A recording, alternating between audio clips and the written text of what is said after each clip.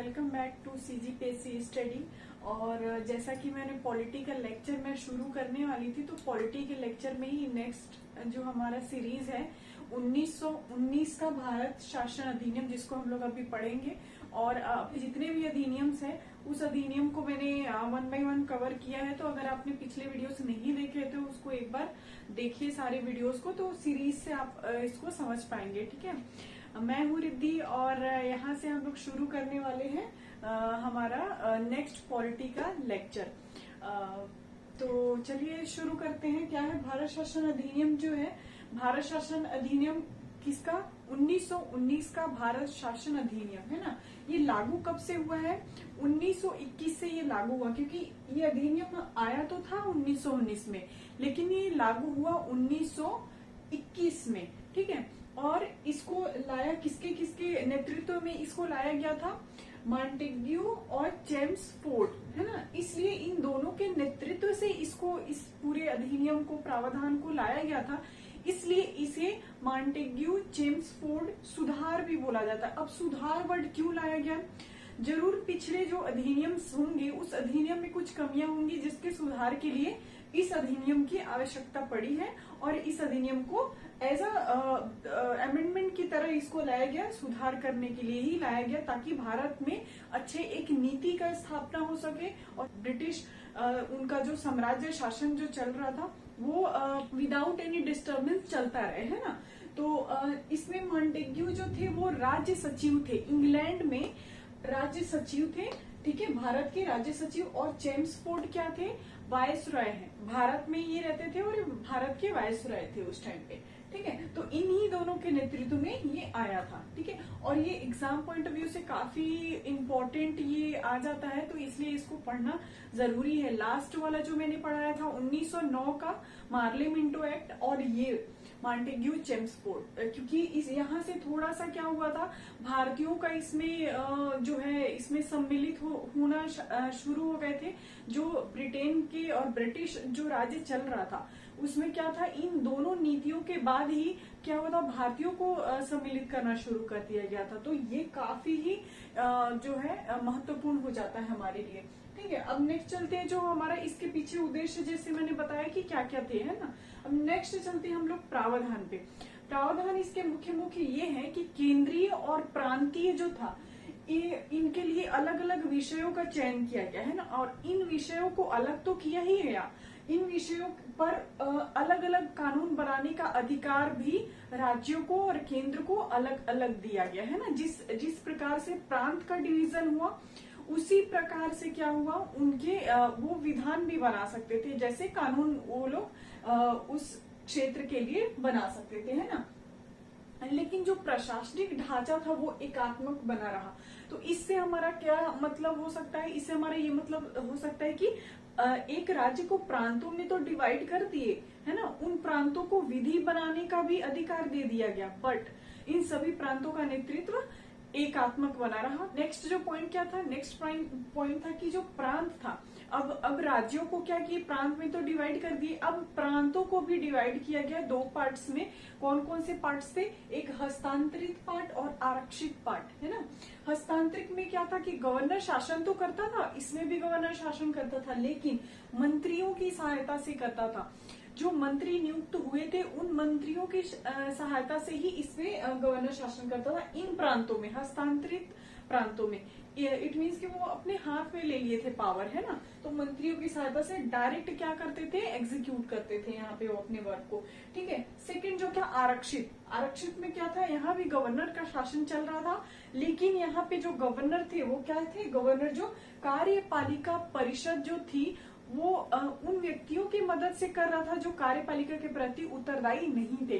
तो यहाँ पे क्या था, यहाँ पे ये दो असफल रहा, ये व्यवस्था टोटली क्या थी? असफल रही, इसको एग्जीक्यूट नहीं कर पाए वो लोग, और ये पूरी तरह से फेल हुआ। ठीक है, जो थर्ड पॉइंट है वो क्या हुआ हमारा, कि पहली बार भारत में द्विसदनीय व्यवस्था का गठन किया गया। जो हमारा राज्यसभा, जिसको आज हम बोलते हैं, जिसको उच्च सदन और जो लोकसभा है, जिसको निम्न सदन बोला जाता है या जनता का सदन बोला जाता है, ये दोनों का गठन किस अधिनियम में हुआ था? 1919 का भारत शासन अधिनियम में ही हुआ था। तो पहली बार द्विसदनीय व्यवस्था भारत में क्या हुआ? लागू हुआ। लेकिन क्या होता था यहाँ, अभी तो ऐसा है कि लोकसभा जो है इसका प्रत्यक्ष निर्वाचन होता है, और राज्यसभा के जो मेंबर्स होते हैं उनका अप्रत्यक्ष निर्वाचन होता है। अप्रत्यक्ष निर्वाचन से क्या मतलब है कि जो कॉमन पीपल है, जो जनता है, वो उसमें वोटिंग नहीं डालती है ना। लेकिन जो प्रत्यक्ष होता है उसमें जो जनता है वो उसमें वोट करती है ना। तो ये इस प्रकार से निर्वाचन होता था। पहले क्या होता था, दोनों जो राज्यसभा और लोकसभा दोनों में प्रत्यक्ष निर्वाचन होता था। ठीक है, तो पहली बार ये व्यवस्था लागू हुई। जो फोर्थ पॉइंट क्या था? फोर्थ पॉइंट ये था कि भारत का जो वायसरॉय था उसकी 6 सदस्यीय कमेटी थी, है ना। तो 6 सदस्यीय समिति जो था उसमें चीफ, कमांडर और चीफ, इन दोनों को छोड़ के बाकी 3 सदस्यों का भारतीय होना आवश्यक हो गया था यहाँ पे। तो जो वायसरॉय की 6 सदस्यीय समिति थी उसमें 3 तो भारतीय ही थे, है ना। तो ये यहाँ पे अनिवार्य कर दिया गया, यहाँ से भारतीयों को यहाँ से सम्मिलित करना क्या कर दिया गया? अनिवार्य कर दिया गया। ठीक है, जो फिफ्थ हमारा पॉइंट है क्या है? सांप्रदायिकता के आधार पर निर्वाचन यहाँ पे शुरू किया गया। जैसे हिंदू, मुस्लिम्स, सिख, ईसाई, इन सबका अलग अलग सीट रिजर्व होने लगी, आरक्षित होने लगी, और इन सीटों पे ही क्या होने लगा? निर्वाचन होने लगा। तो एक जो मिंटो ने जो पिछले अधिनियम 1909 के जो अधिनियम में जो उसने बोला था कि यहाँ पे मैंने सांप्रदायिकता का जो बीज उसने बोया था भारत में, वो यहाँ पे लागू होना शुरू हो गया था। सारे वोटिंग जो राइट्स होते थे वो सबके लिए अलग अलग वोटिंग राइट्स मिलने लग गए थे।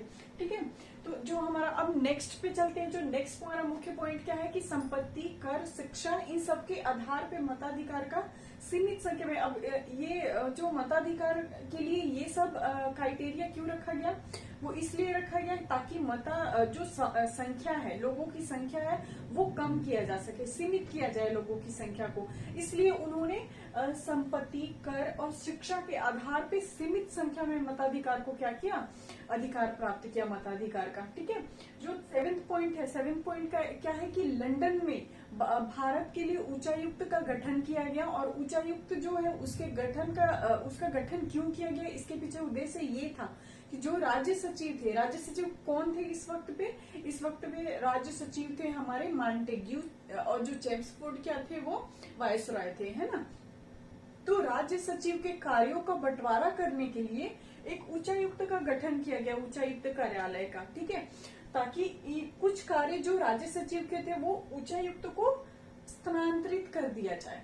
ठीक है, जो हमारा नेक्स्ट पॉइंट है वो क्या है कि अब यहाँ पे क्या हुआ था कि लोक सेवा, क्योंकि यहाँ पे तो सारी चीजें जो भी शासन आता था, जो भी अधिनियम आता था, उन अधिनियम्स में क्या होता था कि भारतीय लोगों को यहाँ पे सम्मिलित करना शुरू कर दिया गया था।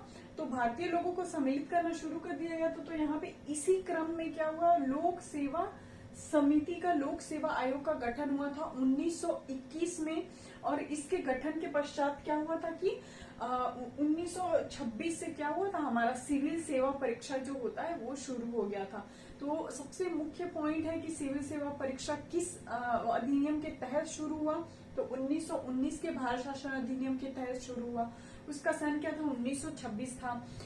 कौन उस वक्त पे राज्य सचिव था, कौन उस वक्त पे वायसरॉय था, ये सारी चीजें माइंड में क्लियर रखना है। तो ये हमारा प्री के पॉइंट ऑफ व्यू से एक अच्छे से ये प्रिपेयर होगा। ठीक है, जो हमारा 9th है, 9th क्या था कि अब जो, क्योंकि केंद्र और राज्य अलग कर दिए गए थे, प्रांत अलग अलग कर दिए गए थे, जो प्रांत थे वही राज्य थे, है ना। और केंद्र, जैसे अभी केंद्र और राज्य है, उस वक्त पे क्या था?